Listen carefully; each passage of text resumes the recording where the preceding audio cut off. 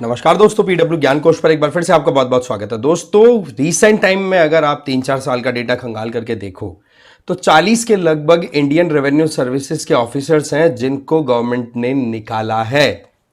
सवाल यह बनता है कि क्या कारण है इसके पीछे।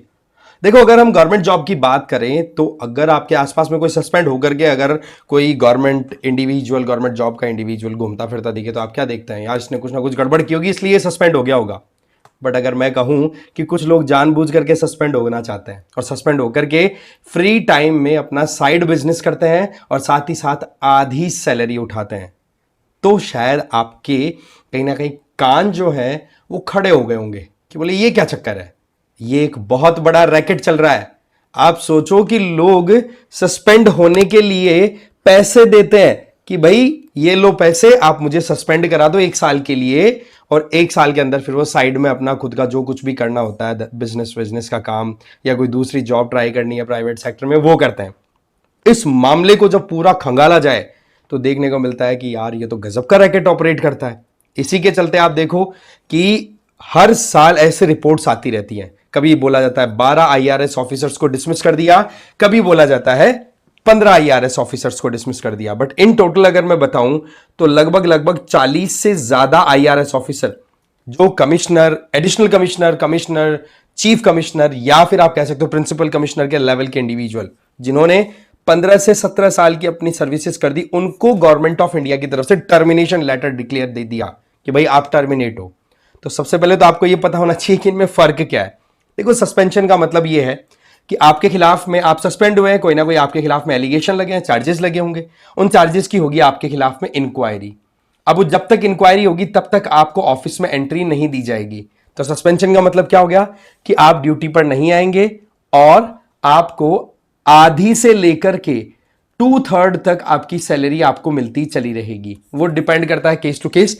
बट आप देखो, सस्पेंडेड इंडिविजुअल को कंप्लीटली बंद नहीं की जाती उसकी सैलरी, उसको 50 से 70% तक की सैलरी मिलती रहती है। और जब इंक्वायरी कंप्लीट होती है और उस इंक्वायरी से जब वो फ्री हो जाते हैं, चार्जेस से बिल्कुल फ्री कर दिए जाते हैं, फिर जब वो जॉब रिज्यूम करते हैं ना, तो रिमेनिंग सैलरी का एकदम से एरियर पूरा इकट्ठा मिलाकर के और उठा लेते हैं पैसा।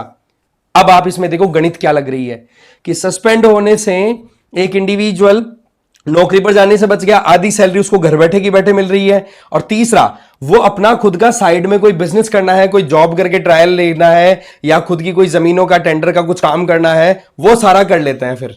और ऐसे में फिर डबल फायदा उठा लेते हैं। और जब आधी सैलरी आधी आधी होते होती जब रीज्वाइन करते हैं वो जॉब को, है ना, सस्पेंशन जब खत्म होता है तो एक साथ में बल्क में पैसा आता है तो उसको इन्वेस्ट करके कुछ और बल्क की काम कर लेते हैं। तो ये एक बहुत ही बड़ा रियल सिचुएशन हम यहां पर समझ रहे हैं हमारे पूरे इकोसिस्टम में, गवर्नमेंट इकोसिस्टम में। ब्यूरोक्रेसी लेवल पे भी गजब की चल रही है, क्योंकि यहां पर हम केस स्टडी कर रहे हैं इंडियन रेवेन्यू सर्विसेज के ऑफिसर्स की। वहीं पर टर्मिनेशन क्या होता है कि गवर्नमेंट परमानेंटली उनको टर्मिनेट कर देती है। तो इसमें कौन कौन से ऐसे प्रोविजंस हमारे कॉन्स्टिट्यूशन के जो कि प्रोटेक्शन प्रोवाइड करते हैं, एडमिनिस्ट्रेटिव रिफॉर्म कमीशन ने क्या रिकमेंडेशन दी है, और ऐसे में एक दो एग्जांपल मेरे खुद के देखे हुए लाइव मैं आपको बताऊंगा आज के इस वीडियो में। बट आगे बढ़े उससे पहले एक तो आप मुझे फॉलो कर सकते हैं क्यूआर कोड को स्कैन करके टेलीग्राम पर, मेरा नाम है रजनीकांत लाठा। और दूसरा, यूपीएससी फाउंडेशन कोर्सेज रन कराए जा रहे हैं जिसमें संकल्प 2027 आपको इंग्लिश और हिंदी में मिल जाएगा, टाइटन 2026 इंग्लिश में, प्रहार 2026 इंग्लिश और हिंदी में। इनमें आपको लाइव एंड रिकॉर्डेड क्लासेस मिलेंगी जीएस और सीसैट दोनों की, प्लस आपको डेली बेसिस पर MCQs, mains answer writing practice कराई जाएगी। साथ ही साथ जीएस की आपको ई बुक्स भी दे दी जाएंगी, पीडीएफ्स दे दी जाएंगी, जिससे कि आप अच्छे से सेल्फ स्टडी कर सकें। एडमिशन बिल्कुल ओपन है, डिटेल्स डिस्क्रिप्शन बॉक्स में दी हुई है, चेक कर सकते हैं। तो बात कुछ ऐसी है कि गवर्नमेंट में हर एक लेवल पे ऐसा कुछ चलता हुआ दिखाई पड़ा। तो ऐसे में जब नरेंद्र मोदी गवर्नमेंट की नजरों में आया कि भाई आईआरएस ऑफिसर्स तो बहुत मजे उठा रहे हैं इस पूरे लूप होल का, तो ऐसे में फिर उन्होंने एक्शन बिल्कुल टाइट लेना स्टार्ट किया। आप देखो, गवर्नमेंट जॉब हो जिसमें सिविल सर्विसेज बिल्कुल प्राइम जॉब्स हो गई। अब आप देखते हो कि हमारे कॉन्स्टिट्यूशन में आर्टिकल 311 और थोड़ा सा आर्टिकल 310 ये एक इम्यूनिटी प्रोवाइड करते हैं सिविल सर्वेंट्स को कि भाई उनको जिस इंडिविजुअल ने, जिस अथॉरिटी ने अपॉइंट किया है, उससे कम अथॉरिटी कोई उनको हटा नहीं सकती। इसका मतलब प्रेसिडेंट साहब के द्वारा उनको अपॉइंट किया जाता है तो प्रेसिडेंट साहब ही उनको हटा सकते हैं, ठीक है, ऑनरेबल प्रेसिडेंट ऑफ इंडिया, उनके अलावा और कोई नहीं हटा सकता उनको। तो ये जो इम्यूनिटी, ये जो प्रोटेक्शन मिली हुई है ना, बस पूछो मत। बट जब से नरेंद्र मोदी सरकार आई है ना, तब से ब्यूरोक्रेट्स के लिए एक तबाही मची हुई पड़ी है। वो लोग सोचते हैं कि भाई आराम से ऑफिस जाकर के काम करेंगे। कल मैंने एक वो एडवाइजरी जो इश्यू की थी लबासना की, उसमें भी मैंने बताया था कि पंक्चुअलिटी की बात की गई थी कि भाई पब्लिक के टाइम की आप वैल्यू करें, राइट।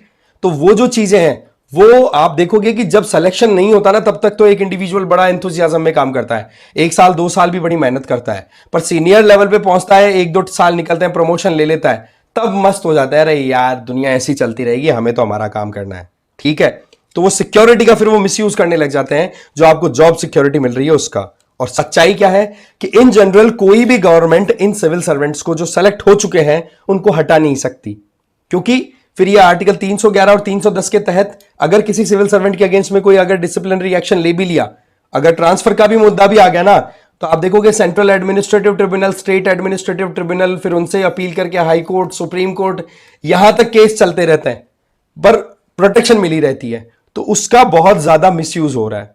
अब मैं आपको एक केस बताता हूं। एक इंडिविजुअल 7 साल से आईआरएस ऑफिसर ही, ठीक है, एप्लीकेशन लिख दी कि भाई मेरी तबियत खराब है, इस वजह से मैं जॉब पे नहीं आ पाऊंगा। आप देखो किस तरीके से मिसयूज किया जाता है, जॉब पे नहीं आ पाऊंगा। पहुंच गया यूएसए में, यहां बोल दिया कि मेरी तबियत खराब है, इस वजह से मैं होम टाउन में हूं, बट यूएसए जाकर के अब वो बंदा जॉब कर रहा है। फिर बाद में दोबारा लेटर लिख देता है कि मेरी तबियत अभी थोड़ी ठीक नहीं हुई, अब थोड़ा इंप्रूव कर रहा हूं, अब आप थोड़ा और एक्सटेंशन दे दीजिए मुझे छुट्टी में, और वो यूएसए में अपनी जॉब कंटिन्यू कर रहा है। फिर जब उसका टाइम अच्छा खासा बीत गया, फिर आकर के अगेन वो अपनी जॉब को रीज्वाइन कर लेगा। अब आप बताओ उस बंदे की क्या अकाउंटेबिलिटी रह गई? क्या वो सीरियस लेकर के चल रहा है इन चीजों को? बिल्कुल भी नहीं। लीव्स ले लेते हैं अनलिमिटेड मैनर में, झूठ बोला जाता है। इसीलिए तो अभी रिसेंट टाइम में मैंने इसी ज्ञानकोश पे एक वीडियो भी बनाया था, जिसमें बताया था कि भाई आप एप्लीकेशन में जो प्लेस मेंशन करते हो उसी प्लेस पे आपका मिलना जरूरी है, अदरवाइज आपको फिर टर्मिनेट किया जाएगा। ऐसा हुआ भी था एक आईपीएस ऑफिसर के साथ में भी रिसेंटली भी। तो यहां पर जॉब सिक्योरिटी का जो एक तमगा मिला हुआ है इंडियन सिविल सर्विसेज में, उसका फिर फायदा उठाया जाता है सिविल सर्वेंट्स के द्वारा, और फिर वो अपने अलग अलग एस्पेक्ट्स को एक्सप्लोर करते हैं। चलो सिविल सर्वेंट की छोड़ा, पटवारी लेवल पे आ जाइए। मेरे गांव के 2 पटवारी, दोनों ब्रदर्स, दोनों के दोनों ने जॉब की। अब पटवारी के पास में आप एक बार इमेजिन करो कितनी प्रॉपर्टी हो सकती है, इमेजिन करिए आप और कमेंट में बताइए। मैं बताता हूं उनके पास में अरबों की प्रॉपर्टी है, राइट। कैसे हुई? अगेन वही कॉन्सेप्ट कि हाँ भाई पटवारी बन गए, जॉब सेफ है, अब साइड बाय साइड अपनी प्रॉपर्टी का भी काम करने लग जाओ। और उसमें आप देखोगे कि सस्पेंड अगर हो गए तो सस्पेंशन के टाइम पे अपना खुद का काम एक्सपेंड करना स्टार्ट कर दिया। और उसमें फिर जैसे रीज्वाइन हुआ, क्योंकि होता क्या है गवर्नमेंट में अगर कोई सस्पेंड होता है ना, तो उसको उनमें से 90 to 95% केसेस तो ऐसे होते हैं जो बच निकल जाते हैं, उनके ऊपर चार्जेस जो होते हैं वो रफा दफा कर दिए जाते हैं। तो जब वो रीज्वाइन करते हैं तो सस्पेंशन के टाइम की जो 50% रिमेनिंग सैलरी है वो एक साथ बंच में मिलती है, तो उसका और बेनिफिट वो उठा जाते हैं। ये हालात अभी चल रहे हैं। बट अभी पिछले 2-2.5 सालों में क्या हो रहा है, गवर्नमेंट इस बात पर बड़ी सख्ती से चल रही है, सेंट्रल गवर्नमेंट स्पेसिफिकली, ठीक है। देख रही है कि कौन वहां पर गड़बड़ करता हुआ दिखाई पड़ रहा है, उठा रही है गवर्नमेंट उनको और उनके ऊपर सीधा कार्रवाई कर रही है कि भाई आपके ऊपर या तो कोई करप्शन के चार्जेस हैं इसलिए हम आपको हटा रहे हैं, या फिर सीधी बात है कि आपने अपने जो काम किए हैं उनके अंदर जो डिसिप्लिन आपको फॉलो करना चाहिए वो नहीं कर पा रहे हो। इस बात को कहते हुए सस्पेंड नहीं किया गवर्नमेंट ने, सीधा टर्मिनेट ही कर दिया। टर्मिनेशन का मतलब जॉब कंप्लीटली गॉन, और वो भी कमिश्नर, टॉप लेवल के जो कमिश्नर है जिनके 15-15, 17 साल, 20 साल की जॉब कंप्लीट कर ली, ठीक है ना। तो काम अच्छे से ना करना या फिर करप्शन के चार्जेस हुए तो गवर्नमेंट यहां पर एकदम एक्टिवली काम करती हुई दिखाई पड़ रही है, जो कि मोर और लेस वेलकमिंग स्टेप है, ठीक है। नहीं तो क्या है, जॉब सिक्योरिटी का इतना ज्यादा अंधाधुंध फायदा उठाया गया है ब्यूरोक्रेट्स के द्वारा जिसकी हद नहीं है। दूसरी बात, अगर आप गवर्नमेंट जॉब से सेटिस्फाई नहीं हो तो फिर बाद में आप अपना खुद का स्टार्टअप डालिए ना। आप क्यों इस तरीके से धूल झोंक रहे हैं गवर्नमेंट के? और दूसरा, ये पैसा कोई गवर्नमेंट का खुद का थोड़ी ना है, ये टैक्स पेयर्स की हार्ड अर्न मनी है, हमारे जैसे लोगों की जो टैक्स पे करते हैं। आप सोचिए, और टैक्स आप भी पे करते हो, आपको भी पता है इंडायरेक्ट टैक्स हर कोई पे करता है। हमारे यहां पे बच्चा पैदा होता है उसके पहले टैक्स स्टार्ट हो जाता है। तो ये चीजें रुकना बहुत ज्यादा जरूरी हो जाती है, ठीक है। अब क्या है, रिसेंट टाइम में थोड़ा ब्यूरोक्रेट्स के मन में डर बैठने लग गया कि भाई काम में अब हम लापरवाही बिल्कुल भी नहीं करेंगे। इसीलिए वो कहीं ना कहीं इस चीज को लेकर के बड़े सीरियस हैं कि वाकई में यार बड़ी तबाही मच गई। नहीं पहले ऐश चलते थे, पहले कितना आराम का काम होता था, ठीक है। अब वो आराम नहीं है, अब आपको काम करना पड़ेगा। क्योंकि एक्चुअल में हो क्या रहा है कि सेंट्रल गवर्नमेंट में ऑफिस है ना, वो एकदम एक्यूरेटली टाइम पे काम करने लग गए, ठीक है, क्योंकि पीएम के लिए खुद के बताया जाता है कि सुबह खुद 8 बजे पहुंच जाते हैं, और उनके लिए तो ये बोला जाता है कि लोग अल्कोहलिक होते हैं, ये वर्कोहलिक हैं? ये काम को लेकर के बड़े नशे में रहता है, काम काम काम, बस परिवार तो है नहीं आगे पीछे, परिवार पूरा देश है, तो देश के लिए काम करते रहते हैं।